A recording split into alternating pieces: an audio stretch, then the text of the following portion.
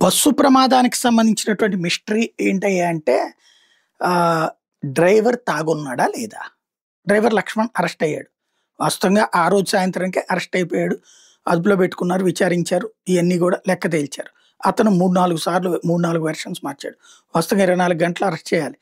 చేయలేదు. ఇప్పటిదాకా చేసి నిన్న అరెస్ట్ చూపించారు.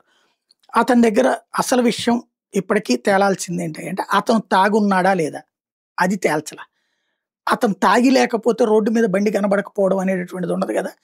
రోడ్డు మీద బండి ఎందుకు కనబడకుండా ఉంటది డ్రైవర్‌కి? కనబడినోడు డ్రైవర్‌కి ఎందుకు పనికొస్తాడు? కనబడలేదు అంటే ఖచ్చితంగా అతను తాగుండాల.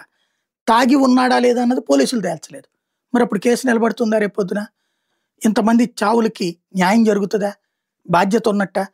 ఇంకోటి తేలిందేంటంటే ఇంకో బస్సు ఈ టూ వీలర్ ఎళ్లి ముందెళ్లి అక్కడ ఉన్నటువంటి డివైడర్ కొట్టిందట.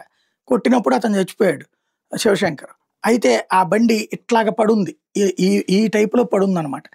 పడుంటే ఇంకొక బస్సొచ్చి ఇట్లా గుద్దుకుంటూ ఎళ్ళింది టైర్‌ని. దాంతో బండి ఇలా తిరిగి సర్రమని ఎళ్లి రోడ్డు మధ్యలో పడింది. అప్పుడు దాని మీద ఇదెక్కిందనమాట. అంటే ఇంకొక బస్సు గూడా దీనికి కారణమయ్యున్నది. ఇది ఇప్పుడు తేలినటువంటి అంశం.